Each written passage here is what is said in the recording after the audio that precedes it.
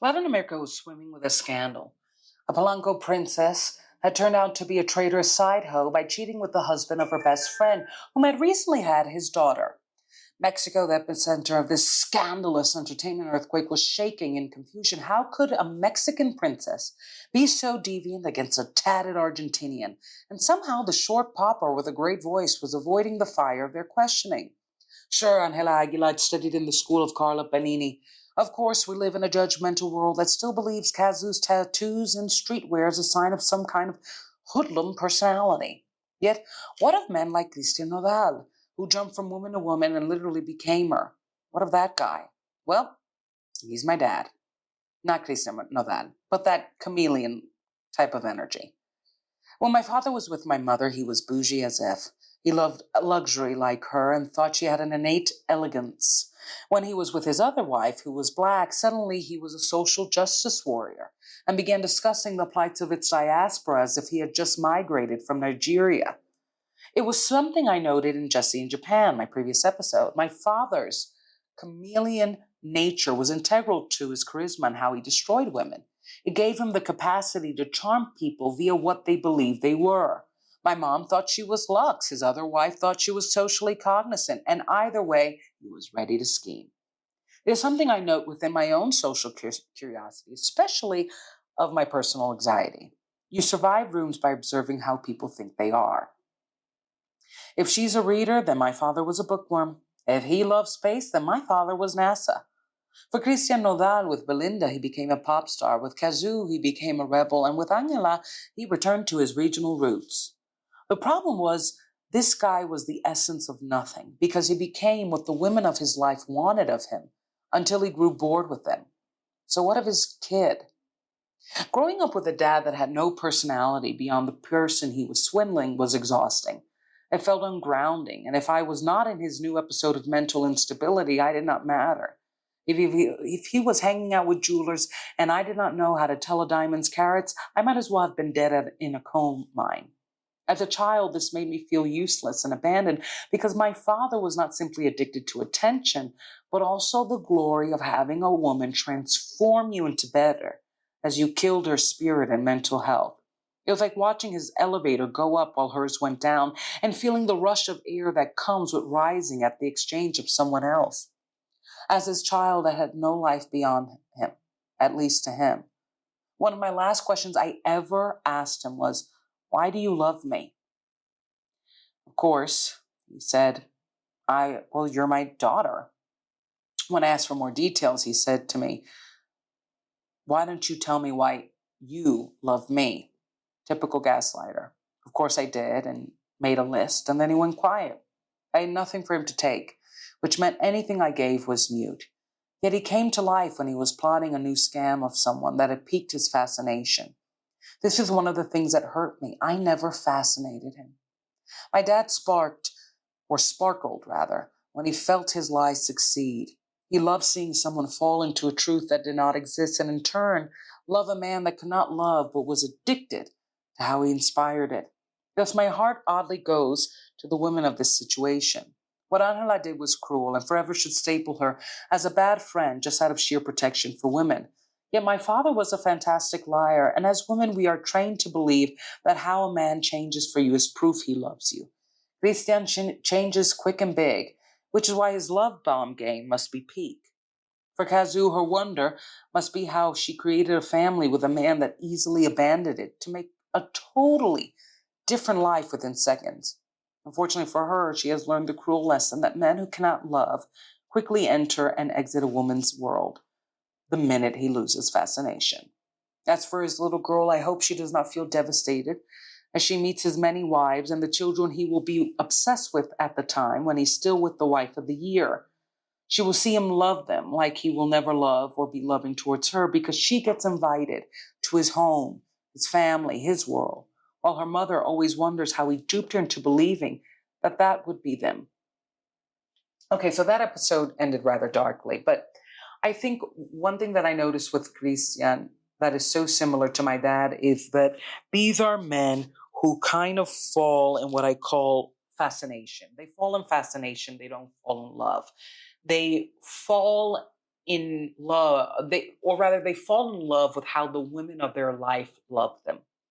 They fall in love with how the women in their life build them and transform them and encourage them. And the minute they're bored with that type of encouragement or feel they have outgrown that uplifting that the woman gave them, they exit.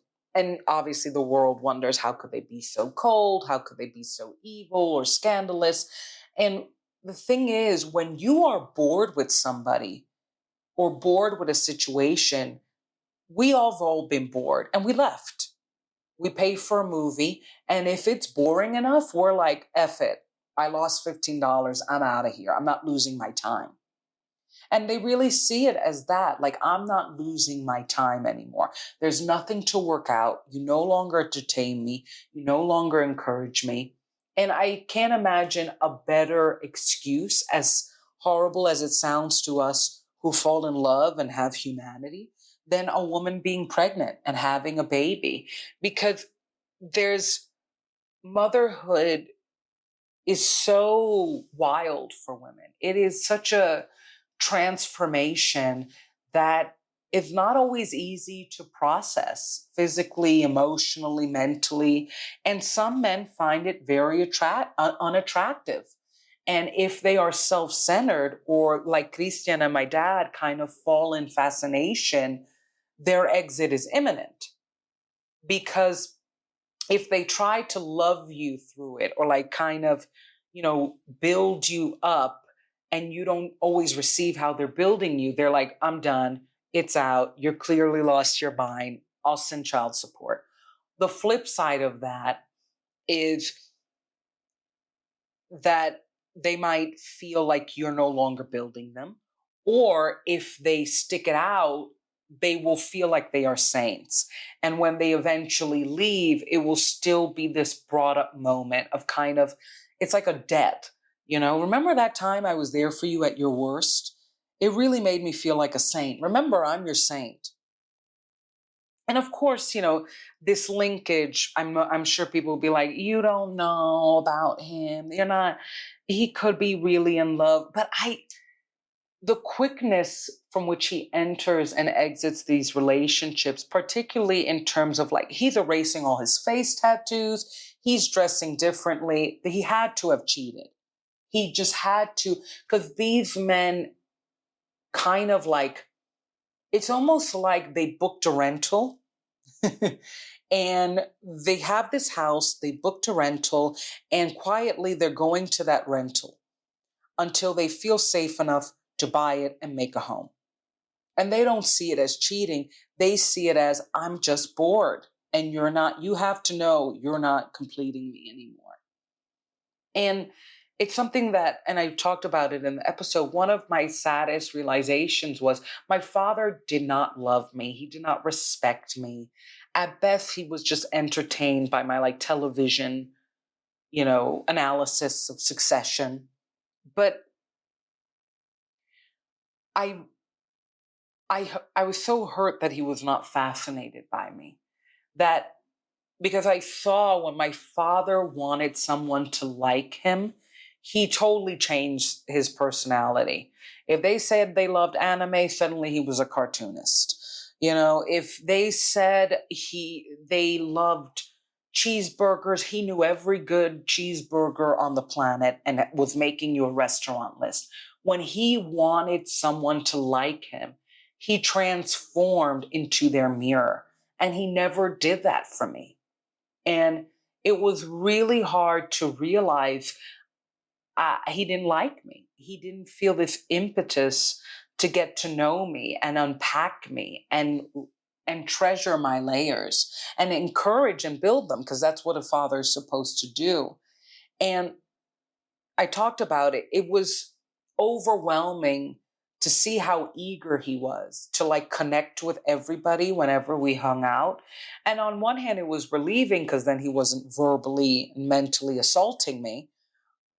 But on the other hand, it just made me feel like, why is it that you either are absolutely abusing me when we're together, or trying to befriend the waiter as if they're your child, or it's like 1, 2, or 3, or I have to become a TV guide and discuss, start a college level course on the history of the Kardashians.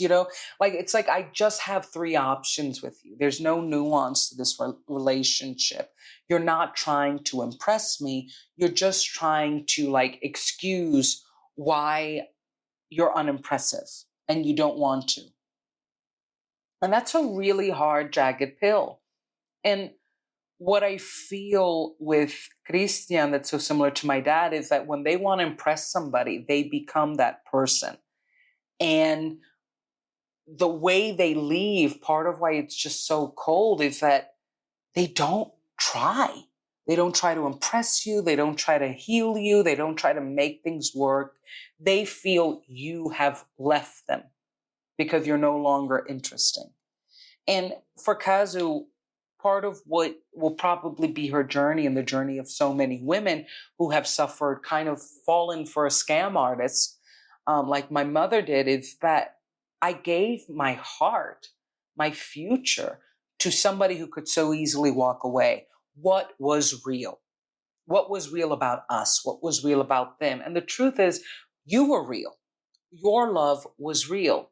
And take this as a lesson on how to discover who really loves you. It's a brutal lesson. Nobody wishes to learn it more harshly, especially because I think part of what her grief will be, especially if she doesn't enter a relationship in the next few years, is seeing this man, have a marriage and new kids. And now my daughter is the one who's invited to your family table. When you promised me we would have a family table together, it does something to you. Having to drop her off, doing this kind of, you take her on weekends, noticing that he doesn't visit or have the same type of deep connection with your kid compared to his current wife's kids. That's going to be really hard to watch. My prayer for her is that, unlike my mom, she remarries and she finds a man, kind of like Ciara did with Russell, that just takes in her kid like he was the father all along. So that that child, especially it's so important for a little girl, sees and witnesses what genuine love is, what genuine loyalty is, what a man who genuinely cares for his woman looks like, not a man who just genuinely cares whether he's being cared for, like Christian.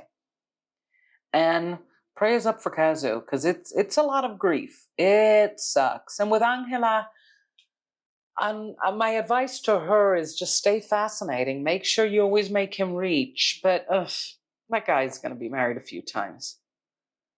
I mean, you never know how long this one will last. It's just men like that, especially because he's so rich, he's young, he has a fantastic voice. Women are chapters to him. And I just don't see him making a book anytime soon. All right. Well, check out daddyrecovery.com to hear the full story, and check out deandreviews.all.com for my reviews. Check out Deandra on all music platforms for my music. I love you.